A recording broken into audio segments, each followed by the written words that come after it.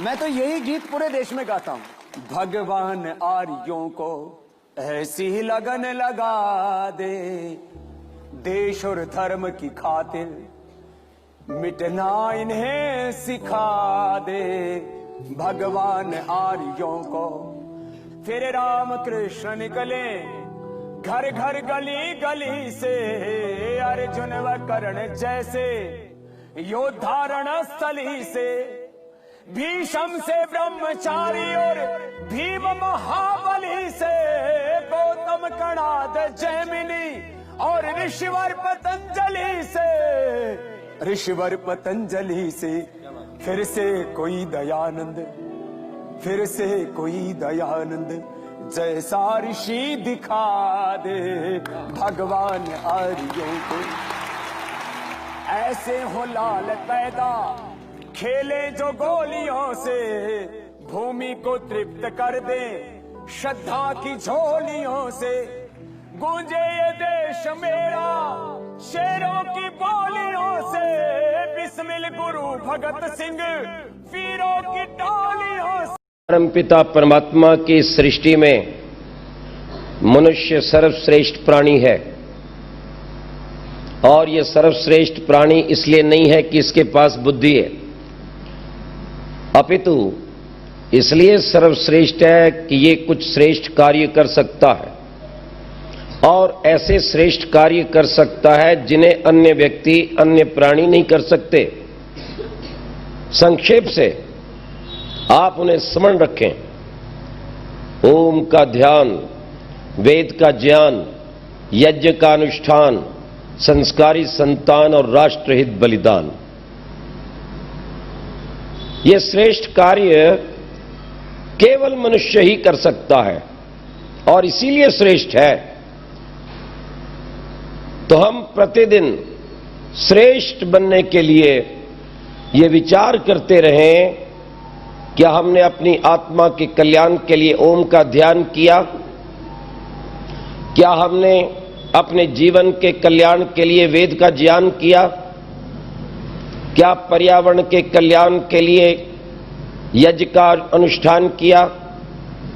क्या समाज के उत्थान के लिए संस्कारी संतान किया? क्या अपने राष्ट्र का ऋण चुकाने के लिए सेवा करते हुए अपने देश के लिए बलिदान किया? ये प्रत्येक व्यक्ति सोचे, और प्रतिदिन सोचे और प्रतिदिन करे। जो इन कार्यों को प्रतिदिन करते हैं वही सच्चे इंसान हैं, वो सच्चे मानव हैं, वो आर्य हैं, श्रेष्ठ हैं और ईश्वर भक्त हैं। ध्यान रखना, मनुष्य कर्मशील प्राणी है और स्वतंत्र है। स्वतंत्र इति कर्ता। पशु सब भोग योनि के प्राणी हैं। उनको चलने के लिए वेद का ज्ञान नहीं चाहिए। जैसा उनके जीवन के अंदर निर्धारित किया गया है वैसा ही कार्य वे करते हैं। ध्यान रखना, वे प्रभु के आज्ञाकारी रहते हैं और इसलिए वो पूरी आयु भोगते हैं। ध्यान देना इस बात को। मनुष्य की आयु 100 वर्ष निश्चित है, पर जीता नहीं है। कुत्ता पूरी आयु भोगता है, गधा पूरी आयु भोगता है, बिल्ली पूरी आयु भोगती है, एक गाय, एक बैल, एक बकरी पूरी आयु भोगते हैं। कारण वे प्रभु द्वारा निर्धारित दिनचर्या में जीते हैं और निर्धारित भोजन को करते हैं। इस धरती पर भले ही अधिक बुद्धिजीवी इंसान है, परंतु यदि ध्यान से देखा जाए तो इससे अधिक कोई मूर्ख नहीं है। आप कहेंगे कैसे? इंसान पढ़ा लिखा है, बड़ी बड़ी डिग्रियां इसके पास हैं, उसके पश्चात भी इस इंसान के सबसे अधिक हॉस्पिटल है, सबसे अधिक डिस्पेंसरी है, और सबसे अधिक यदि कोई इस धरती पर आज रोगी है तो कौन? पशु या इंसान? इंसान। तो ये अक्लमंदी की पहचान नहीं है, ये महामूर्खता का लक्षण है। ध्यान दो, जिन्हें कोई पढ़ाने वाला नहीं वो स्वस्थ, और जिन्हें पढ़ाने वाले अनेक, और जिन्हें स्वयं परमात्मा पढ़ाता है सृष्टि के आदि में वेद ज्ञान देकर, वो अस्वस्थ है, रोगी है। और हमारे रोग का, क्षीणता का, मानसिक अशांति का और परमात्मा से दूर रहने का, दुख का और अल्पायु का सबसे बड़ा कारण है कि हमने अपने सात्विक भोजन को त्याग दिया है।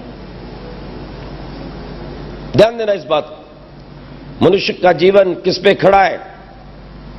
जो कुछ वो प्रकृति से सेवन करता है।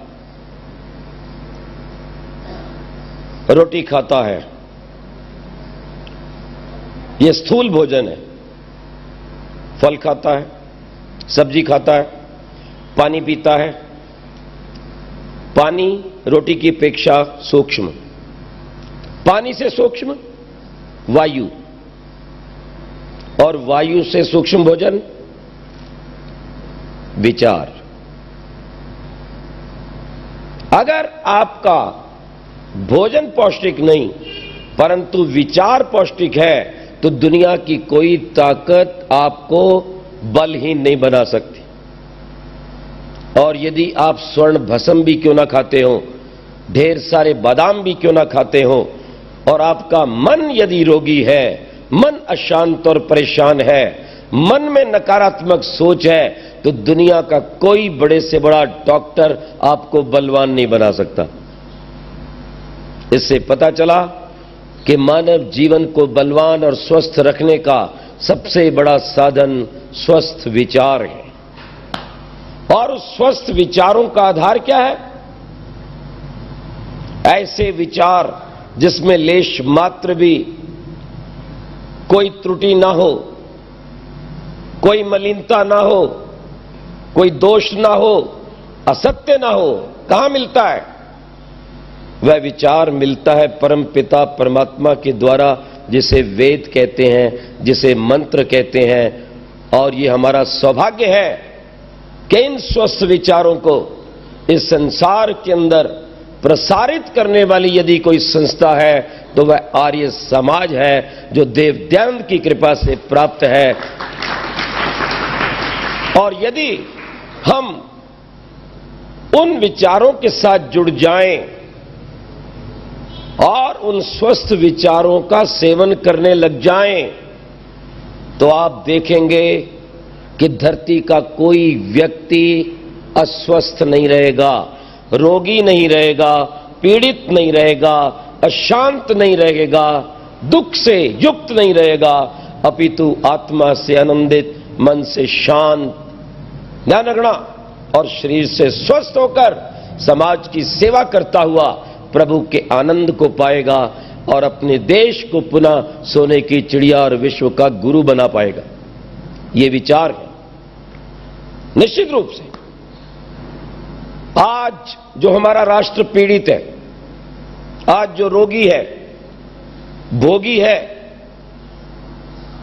समय से पहले मर रहा है, हॉस्पिटल में सड़ रहा है, अरबों रुपए का विदेशी औषधियों का खर्च भर रहा है, तो इसका मूल कारण है हमारे देश के नेताओं का पथभ्रष्ट होना।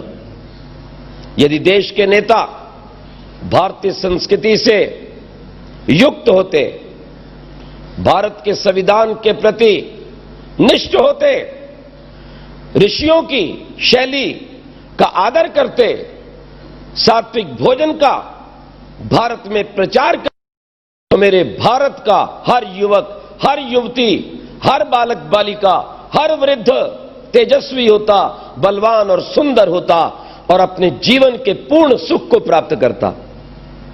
बिना कारण हम दुखी हो रहे हैं।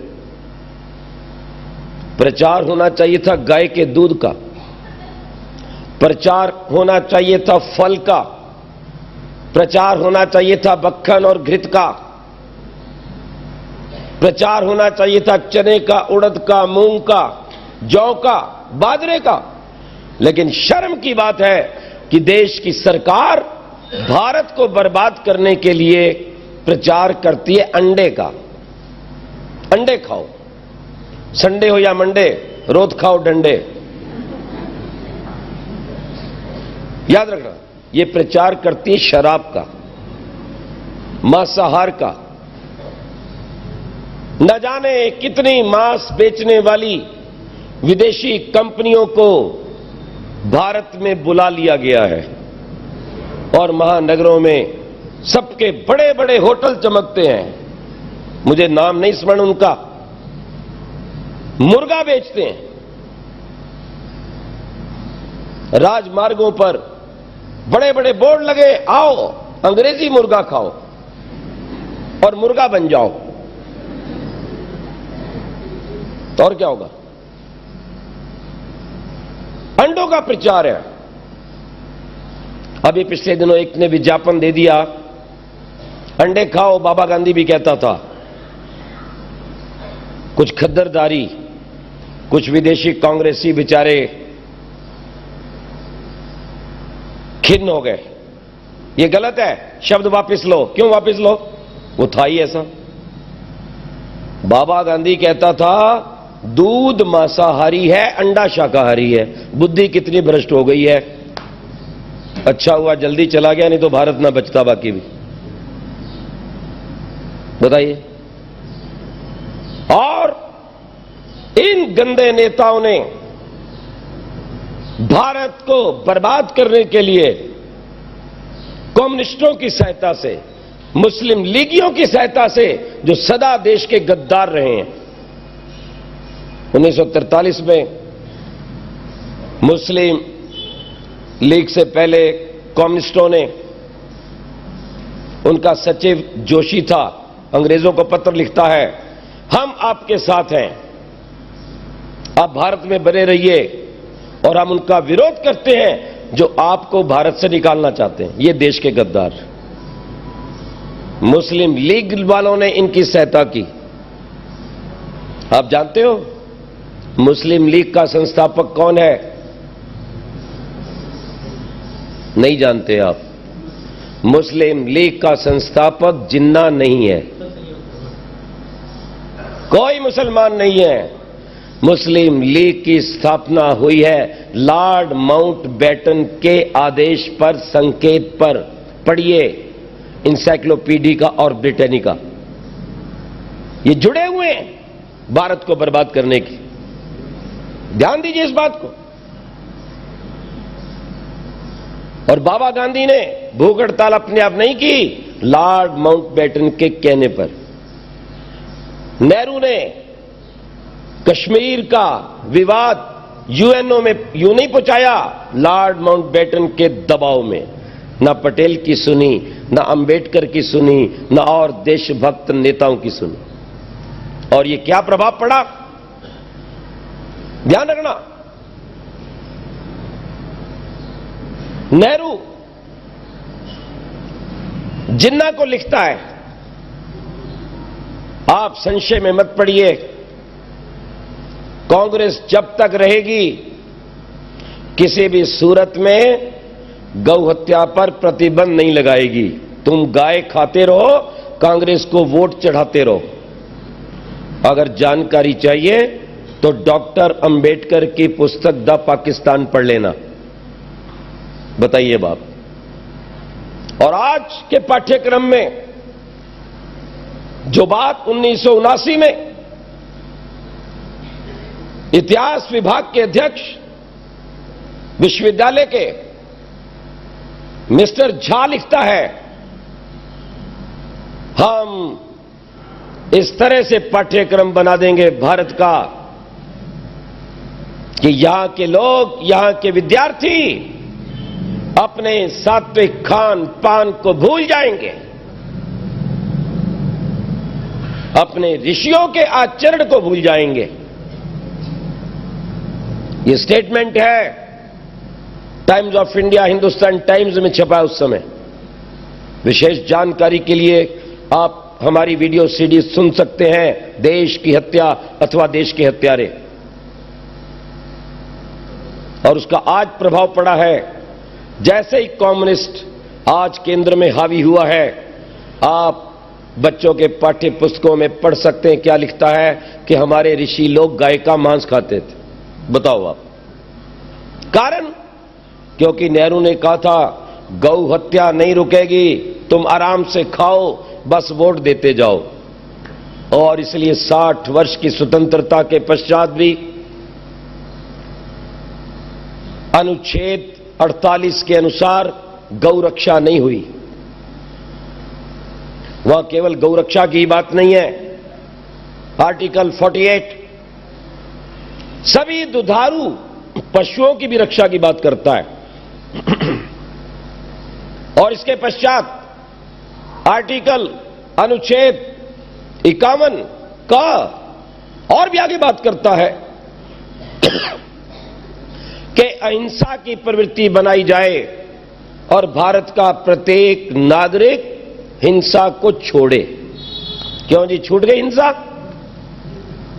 विचार कीजिए, आज देश में कितने बूचड़खाने हैं।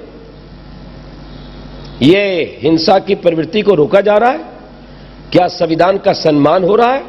क्या सत्यमेव जयते का पालन हो रहा है? या संविधान की धज्जियां उड़ाई जा रही नेताओं के कारण?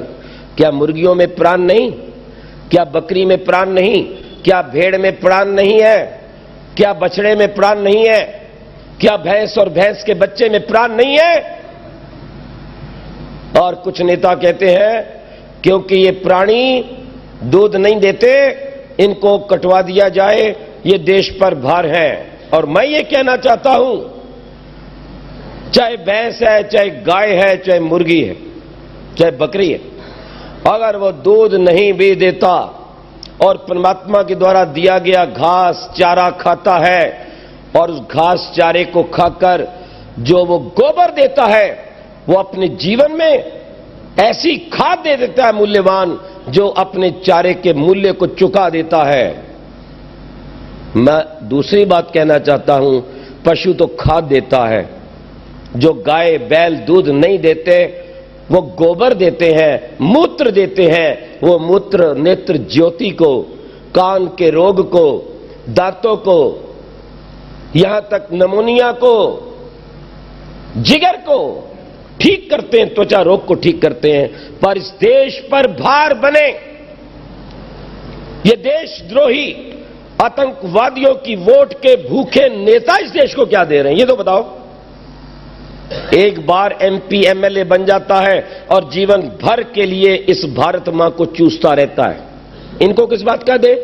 अरे ये गाय बैल बकरी तो फिर भी लाभ पहुंचाती है, मुर्गी भी लाभ पहुंचाती है, मुर्गी का पंख भी लाभ पहुंचाता है। अरे कबूतर की तो विष्ठा भी अनेक रोगों में काम आती है। पर इस देश पर जो सबसे बड़ा भार है, ये गद्दार नेता हैं। इनको तो उतार कर एकदम काट कर डिब्बे में भरकर विदेश में भेज देना चाहिए। सबसे बड़ा भार गाय नहीं है, ये गद्दार नेता। ये काम किया जाए।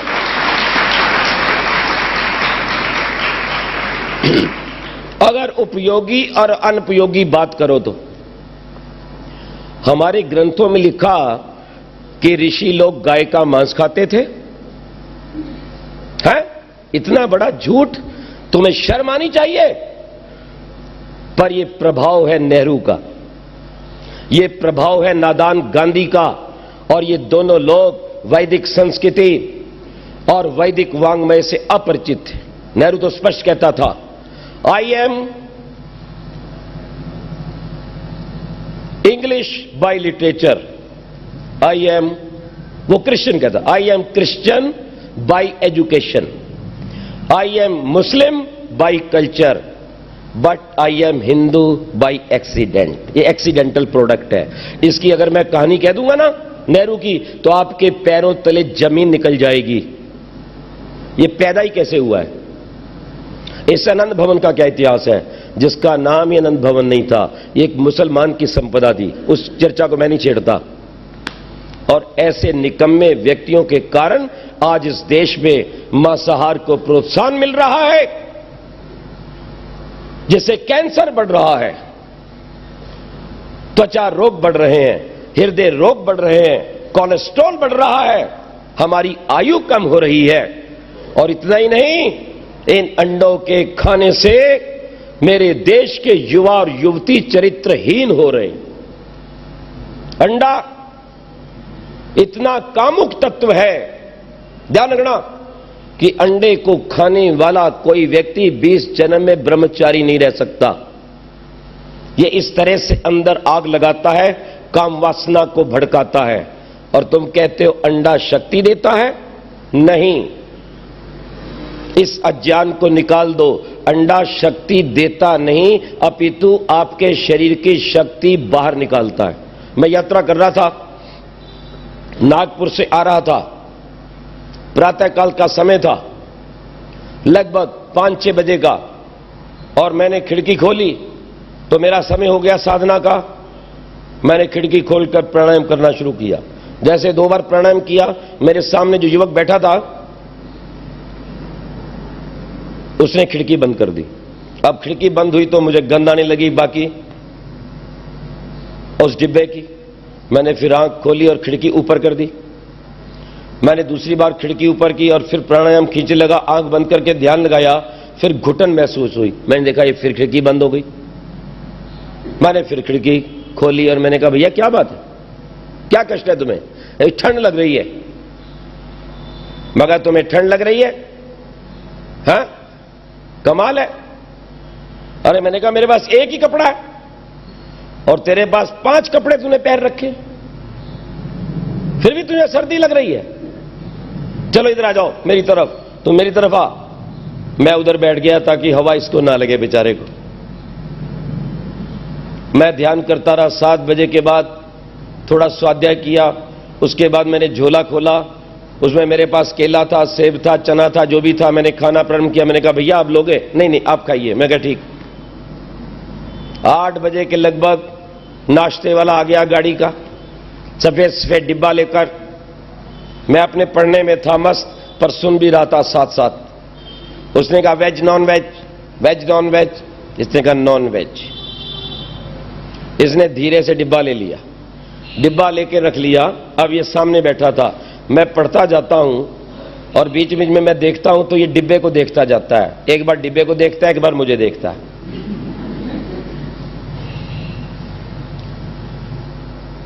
अब मैंने कहा ध्यान से ही देख लूं। मैंने कहा क्या बात है, कुछ चाहिए? कहता है नहीं नहीं। मैं फिर पढ़ने लगा। फिर मैंने देखा, कभी मुझे देखे कभी डिब्बे को देखे। हमने कहा क्या चाहिए बोलो ना, क्यों परेशान हो? कहता है नहीं ऐसा है ना। हाँ, मैंने कहा कैसा है? कहता है ये है ना ये। हाँ, मैंने कहा क्या है ये? नहीं अगर आप बुरा ना माने तो मैं खा लूं। मैं कहा बुरा ना माने तो खा लूं, क्या मतलब है? क्या है इसमें? जानवर है क्या? किसी की लाश है क्या? कोई गंदी चीज है क्या? जब तुझे पूछना पड़ रहा। नहीं नहीं ऐसा नहीं, आमलेट है ना, अगर आपको बुरा ना लगे। मैं कहा मुझे बुरा क्या लगना है? तेरे अंदर जाते ही बुरा शुरू हो जाएगा। बीमारियों का घर है, कोलेस्ट्रॉल है, एसिडिटी है, डीडीटी है, हार्ट ट्रबल करता है, स्किन डिजीज पैदा करता है। तू पढ़ा लिखा है, तेरी अम्मा ने तुझे इंजीनियर बनने भेजा है नागपुर में, जानता है तू? संसार के प्रसिद्ध 2 वैज्ञानिक, और भारत के नहीं, भारत के तो ऋषि बहुत बार कह चुके हैं, पर देश के मूर्ख लोग तब बात मानते हैं जब बात विदेश से आती है। डॉक्टर ब्राउन और गोल्डस्टीन ने इस पर गवेषणा की है, सर्च किया है। सर्च करने के बाद उनको संसार के अंदर सबसे पहला नोबेल पुरस्कार मिला है। और उस नोबेल पुरस्कार में क्या सिद्ध करते हैं वो वैज्ञानिक, कि अंडा, मांस, मछली आदि शरीर के लिए हानिकारक है और विभिन्न प्रकार के त्वचा रोग, हृदय रोग, गुर्दे संबंधी रोग लगाते हैं। मैं कहा सुना तूने? भारत के भी वैज्ञानिक ये बात कह चुके हैं।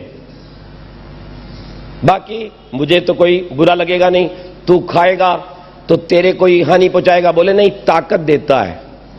हाँ, मैंने कहा वो तो मैं प्रातःकाल 6 बजे से देख ही रहा हूं कि तू मुर्गी का बच्चा बनके और टोकरी में घुसा हुआ है, 5-5 कपड़े पहने और फिर भी तू सिकुड़ा जा रहा है। ये तो तेरी ताकत तो मैं देख ही रहा हूं। ऐसी ताकत देता है ये? मैंने कहा नादान बालक ताकत देता नहीं है, अंडा अंदर जाते ही एक उबाल पैदा करता है और सारे ब्रह्मचर्य को भंग कर देता है। अंडे खाने वाला व्यक्ति, ध्यान रखना, काल खोलकर सुनना, स्वप्न दोष से बच नहीं सकता, प्रदर रोग से बच नहीं सकता, शीघ्र पतन से बच नहीं सकता। मैंने कहा बात समझ में आ रही है?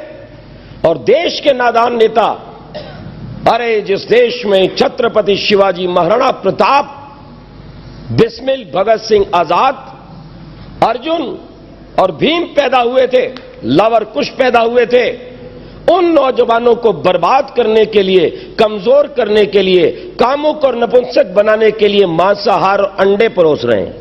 यह षड्यंत्र है, ध्यान रखना इस बात को।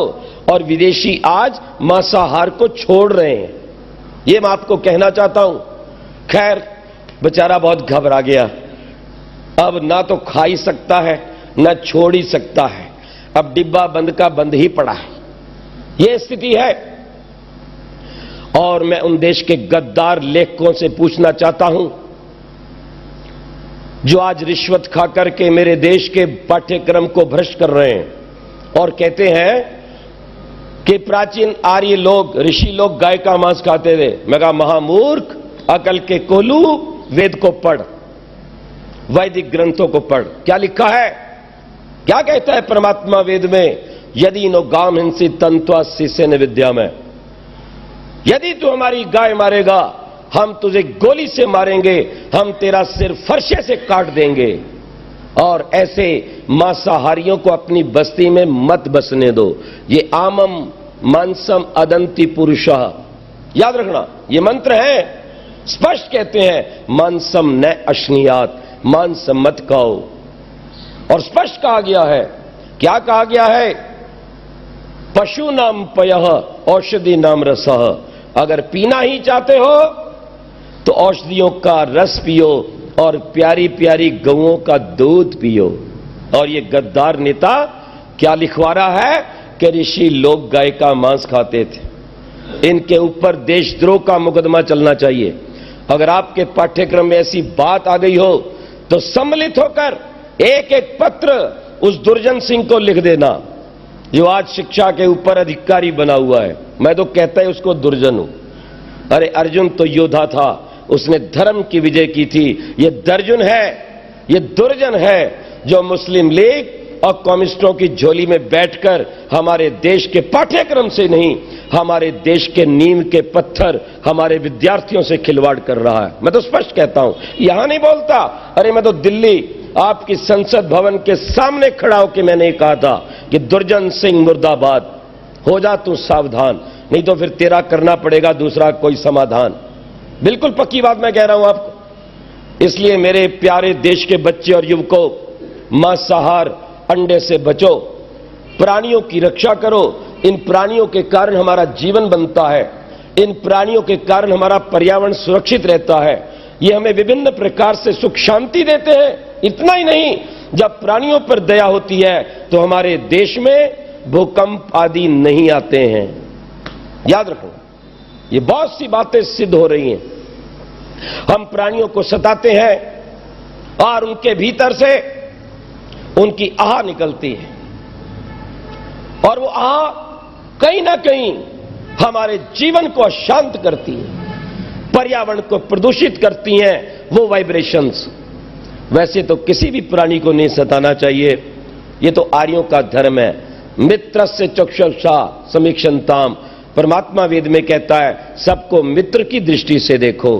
तुम मांस मत खाओ, तुम अन्न खाओ, गेहूं खाओ, मूंग खाओ, उड़द खाओ, गाय का दूध पियो। जो व्यक्ति ये कहते हैं नादानी में, नहीं नहीं नहीं, प्राचीन काल में गोमेद यज्ञ होता था, है?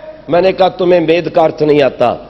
मेद्री समृद्धौ, मेद का अर्थ है गाय को बढ़ाना। और मेरे नादान जरा कान खोलकर सुन, वहां एक और शब्द है। क्या शब्द है? गृहपति गृहमेदी भवति। कौन है सच्चा गृहपति? जो गृहमेधी होता है। अगर मेद का अर्थ जलाना है तो इस वाक्य का अर्थ निकला सच्चा गृह का स्वामी वो है जो अपने घर को आग लगा दे। बोलो, लगाओगे आग? उजाड़ोगे घर को? और अगर गृह मेदी का अर्थ घर को आग लगाना और जलाना नहीं है तो फिर गोमेद का अर्थ भी गाय को जलाना और आग लगाना नहीं।